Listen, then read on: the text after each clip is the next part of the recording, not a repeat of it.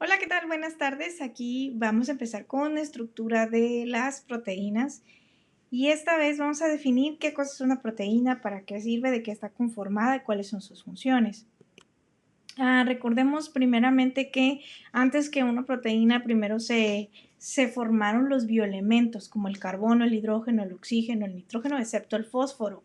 Una vez que se formaron estos bioelementos, formaron biomoléculas. La unión de ese carbono con hidrógeno, con hidrógeno, se forman las biomoléculas, las moléculas que realizaron la vida hace muchísimos años. Estas biomoléculas formaron en ese entonces monómeros como primera instancia. Se dice la teoría, ¿verdad? La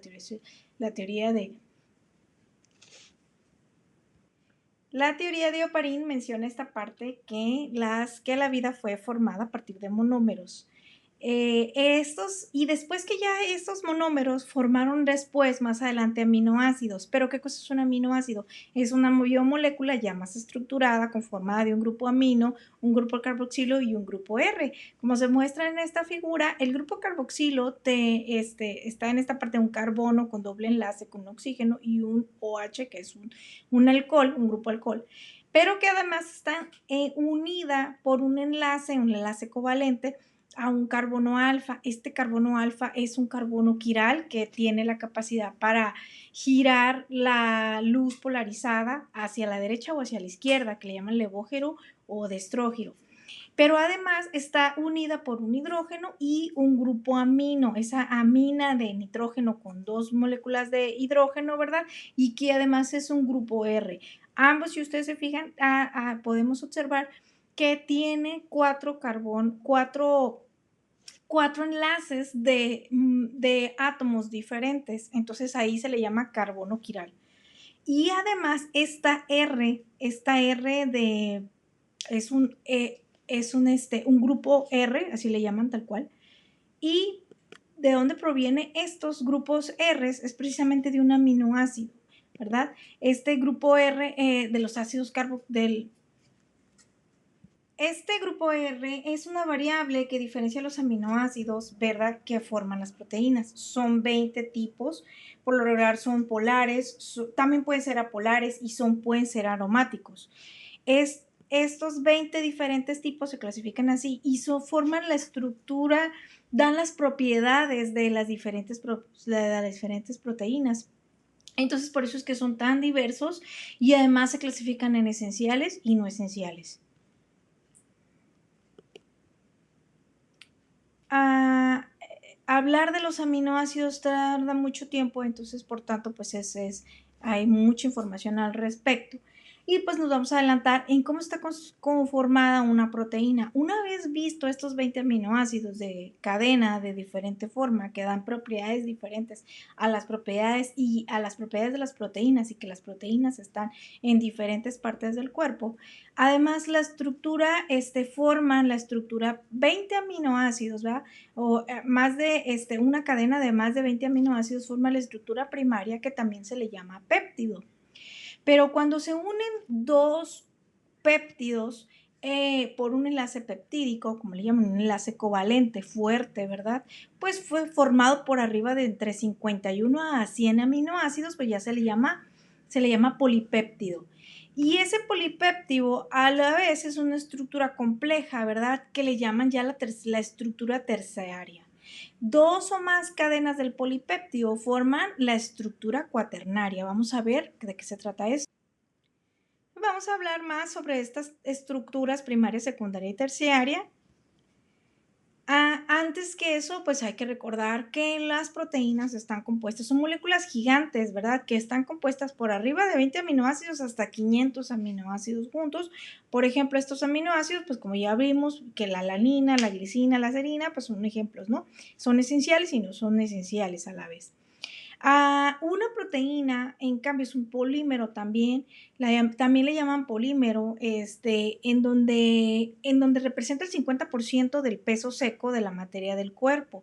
Es decir, es un peso seco. O sea, habrá que recordar que estamos mayoritariamente formados por agua, pero también por sedimentos, por células, por sedimentos sólidos o secos que le llaman.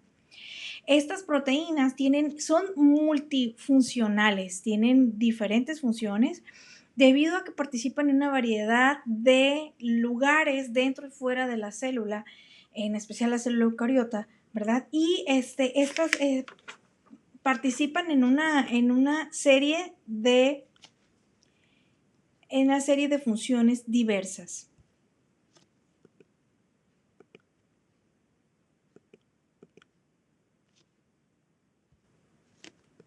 Estas funciones, ¿verdad? Pues son diferentes de transporte, de reserva, de difusión celular, por ejemplo, ¿verdad? Vamos a platicar algo sobre ello porque es mucha información. Estas, por ejemplo, son estructurales porque forman la estructura, le dan soporte y estructura a la célula. Además, son de transporte porque, por ejemplo, la hemoglobina que transporta por la sangre, ¿verdad? Lleva moléculas muy importantes como el oxígeno o el dióxido de carbono que a través del torrente sanguíneo.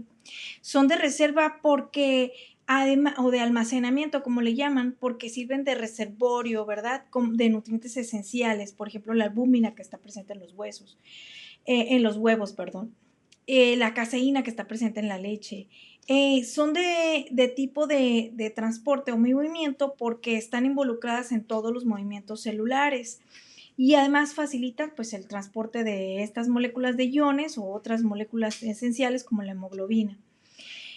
También participan en regulación porque ayudan a equilibrar y a regular las funciones del cuerpo, ¿verdad? Participan en la replicación, en la transcripción, en la traducción, por ejemplo. Regulan la insulina y están ahí presentes, por ejemplo, en las hormonas. También son de defensa porque participan en la protección celular, participan en los anticuerpos, ¿verdad? En esos linfocitos que protegen el organismo de agentes extraños como las bacterias y los virus. Por ejemplo, la queratina, ¿verdad? El fibrógeno o la trombina que está presente en la sangre también es parte de esa defensa del cuerpo. La catálisis, ¿verdad? Porque son enzimáticas, aceleran miles de reacciones bioquímicas en los procesos de la digestión, en los procesos de la captura de energía y la biosíntesis, ¿verdad? Sus funciones son enzimáticas.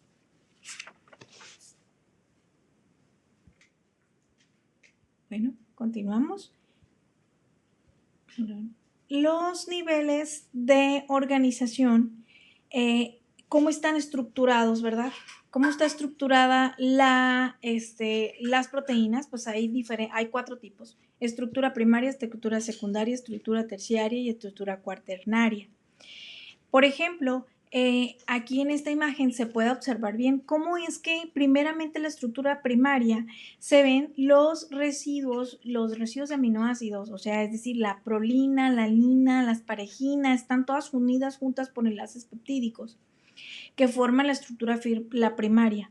Pero aquí además esta estructura ya hace una hélice y miles de varios de estos, de esta secuencia de aminoácidos, ¿verdad? Forman una cadena polipeptídica que se pliega en aminoácidos adyacentes y forman esta hélice en forma de alfa que se forma, ¿verdad? En forma de una cadena como el ADN. Y una estructura terciaria, pues forma un polipéptido tridimensional, ya es más grande, diferentes a varias estructuras de hélice alfa forman una cadena polipeptídica, ya es un poquito más grande. Pero varias cadenas polipeptídicas, aquí podemos observar cómo es que aquí tenemos misma cadena polipeptídica unida a otro tipo de cadena polipeptídica, unida a otra. Aquí tenemos 4 cadenas polipeptídicas o subunidades, como le llaman. Esta estructura pues ya es una estructura más grande, más compleja y ya le llaman estructura cuaternaria de las proteínas. Aquí tenemos otro ejemplo, ¿verdad? Otro ejemplo, esta unión de los aminoácidos, ¿verdad? También se pueden observar de que forman una hélice, están ordenados de forma tridimensional, ¿verdad? Los átomos de carbono, aquí se observan quiénes están dentro y qué átomos están fuera. Y en una estructura terciaria, pues ya pues, se puede observar las características de las proteínas que pueden ser globulares y fibrosas, de las cuales vamos a hablar más adelante.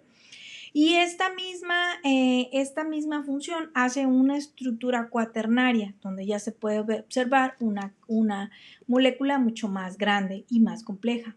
Bueno, dentro de la clasificación de las proteínas se clasifican por dos tipos, por proteína fibrosa y proteína globular. Las fibrosas, como su nombre lo dice, pues están hechas de fibrina, ¿verdad? Son precisamente estas proteínas que se encuentran en el músculo y son más alargadas, libres de grasas, de lípidos, ¿verdad? Y una proteína globular, como se llama el nombre lo dice, es glóbula en forma de glóbulo, como la hemoglobina. Si la pudiéramos juntar, pues pudiera ser una figura tridimensional como esta que está aquí, ¿verdad? Con todas sus hélices unidas, ¿verdad? Unidas por aquí y por allá. Bueno, se llaman fibrosas, ¿verdad? Porque precisamente contienen elastina, queratina, colágeno, que son precisamente así, en forma fibrosas, ¿verdad? En formas fíbricas. Y las globulares, ¿verdad? Que son más grandes, son más en forma de glóbulos, ¿verdad? Globulinas o las albúminas, ¿verdad? Y las conjugadas, pues ahí sí ya son proteínas en conjunto con un carbohidrato, como las glucoproteínas, o en conjunto una proteína en conjunto con un lípido, por ejemplo las lipoproteínas, que se le llaman LDH, que son lipoproteínas de alta densidad, o lipoproteínas de baja densidad, por ejemplo. Ya mencionamos aquí la función de las proteínas y podemos decir que estas proteínas, esta concentración de proteínas que está en nuestra sangre, la podemos determinar en una práctica de laboratorio llamada determinación de proteínas totales o determinación de albúmina. Podemos encontrar la concentración en gramos sobre decilitro en una muestra de suero libre de hemólisis, que recordemos que esa sangre se separa en una fase líquida y una fase sólida. La fase líquida es esa parte del plasma, y cuando se somete a centrifugación se convierte en suero, y la fase sólida es esa parte de las células, ¿verdad? Sedimentarias, pero lo que ocupamos es el suero libre de hemólisis, y ahí podemos encontrar, ¿verdad? Con una serie de técnicas basada en el espectrofotómetro de masas, el espectrofotómetro, en el laboratorio ya podemos determinar los gramos sobre decilitro presentes en la muestra de suero. Pues aquí subí un diagrama de flujo precisamente de esa práctica, ¿verdad? Para complementar como las instrucciones, ¿verdad? De cómo se trata, de cómo se utiliza, de cómo se elabora se prepara esa muestra para que podamos determinar y encontrar la concentración de gramos sobre decilitro de las proteínas totales. Y pues eso es todo. Las referencias, pues utilizamos el Harper, ¿verdad? De química ilustrada, pero también utilizamos el Langer, los principios de bioquímica, y también utilizamos el de Bases para la Vida, el libro de bioquímica Bases para la Vida. Pues es todo. Gracias por su atención. Hasta pronto. Elizabeth López Laureano, del grupo 214.